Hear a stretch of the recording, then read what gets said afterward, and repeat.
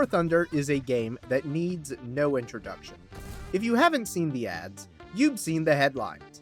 And to the dismay of government agencies everywhere, they have unfortunately seen the headlines as well. The international security threat, where you click on the tank game mode only to die to planes, or click on the plane game mode only to die to a squadron of sweats who are about to die to a man with no honor. But off in the corner of War Thunder is the red-headed stepchild. And I'm not talking about the god-awful PvE most of you have just learned existed, but instead the naval battles. Now, I'm not opposed to naval game modes, unlike some people. I have plenty of hours on World of Warships, From the Depths, and I'm one of the few dozen advocates for bringing back navies in Total War. Prior to the recent-ish rework, War Thunder's naval battles have always felt like that one game mode where you could finally get some use out of that 500% SL booster instead of getting spawn camped on a Maz dock up tier. Yet Gaijin continues to develop this mode in what I can only describe as a hubris-fueled sunk cost fallacy. No pun intended.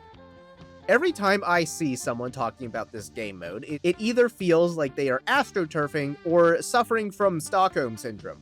Yeah, guys, Naval is a really interesting game mode. It's very underrated. Gaijin has been putting a lot of work into it. There are some new ships coming out that I think will reinvigorate the game mode for the Italian Navy. These ones have some glass bottoms on them so that you can see the Italian Air Force. With no prior research, and despite my better judgment, I've attempted to reintegrate back into War Thunder's society through my untouched American naval tech tree, and proceeded to purchase the USS Arkansas, everyone's favorite tomboy Baltimore, Helena, my beloved Alan M. Sumer, and my granddad's old fishing boat. Some say I've skipped the grind. I say I respect my time. In Naval, we are greeted with the repeating theme of long queue times, only to eventually end up in a lobby populated mostly with bots. And I'm not talking about Chinese gold farming bots. I mean actual, in-game bots. Unrelenting Terminators, automatically locking onto the first thing they see, only stopping once their target is dead or has been carrying away in a corner long enough for someone else to aggro them as they too run for the same corner. This creates a problem where the actual human players wait around for the bots to spawn so that they have sufficient layers of bullet sponges so that they can actually get hits off before the aimbot navy eventually comes for them. While it looks clear as to what you are supposed to be doing, it actually isn't. Yes, there are objectives, but the objectives are traps. Actually trying to get to one of them is the equivalent of Sisyphus's boulder. Objectives lack cover, they are out in the open.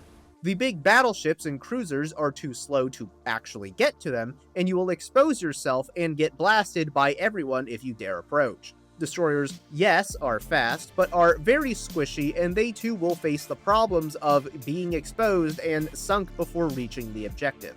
The only real option is to get lucky in the really tiny dinghy, but unless you want to spend the rest of the match guarding a circle while AFK, you are effectively useless at doing anything else. Unlike in a similar game, a skilled player in a destroyer is most likely not going to outmaneuver their way to square up to a battleship. Even if you do manage to somehow get close to an incompetent human player like myself, there are AI-controlled small-caliber weapons that will auto-lock onto you. I've been on both the giving and receiving end of this. The lighter you are, the more of a liability you are. The heavier you are, the less likely you are going to be able to contribute to anything other than left-clicking while watching YouTube. The way the game functions, it's clear that you are discouraged from actually using the smaller ships at the higher battle ranks, despite the maps being designed in a way to trick you into using them.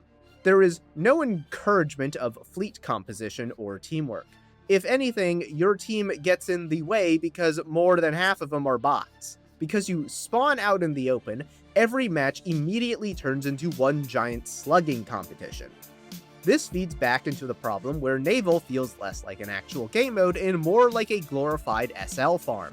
My Oshi likes to joke about being in the second monitor while she streams. There is so little real engagement here that this game is in the second monitor. Gaijin has attempted to streamline this mode to make it more engaging and decrease the initial learning curve, but all it's done is make it less interesting. There used to be this little green circle that updated periodically based on your crew skill, giving you a general area to aim based on your target's heading and speed. Now, you can aim dead center and hit them 80 to 90% of the time. It's hard to explain because I myself don't exactly understand it, even as I look back in the footage, but the few moments of excitement I've had in this mode don't feel earned.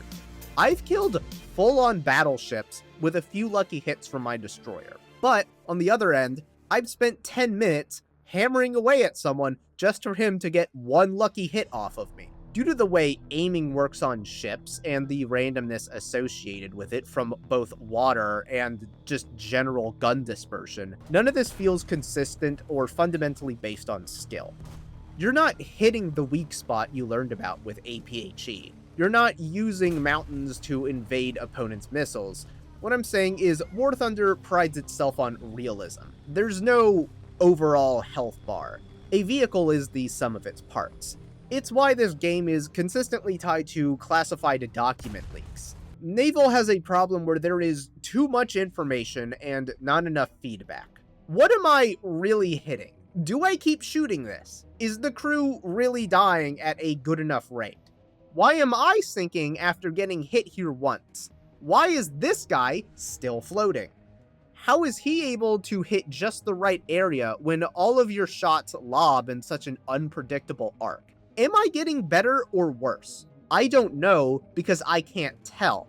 It's relatively easy to look back on ground battles and see what you are doing wrong and right, and what I should and shouldn't do in the next match. The only consistently positive feedback I'm getting from Naval is seeing my silver lions go up.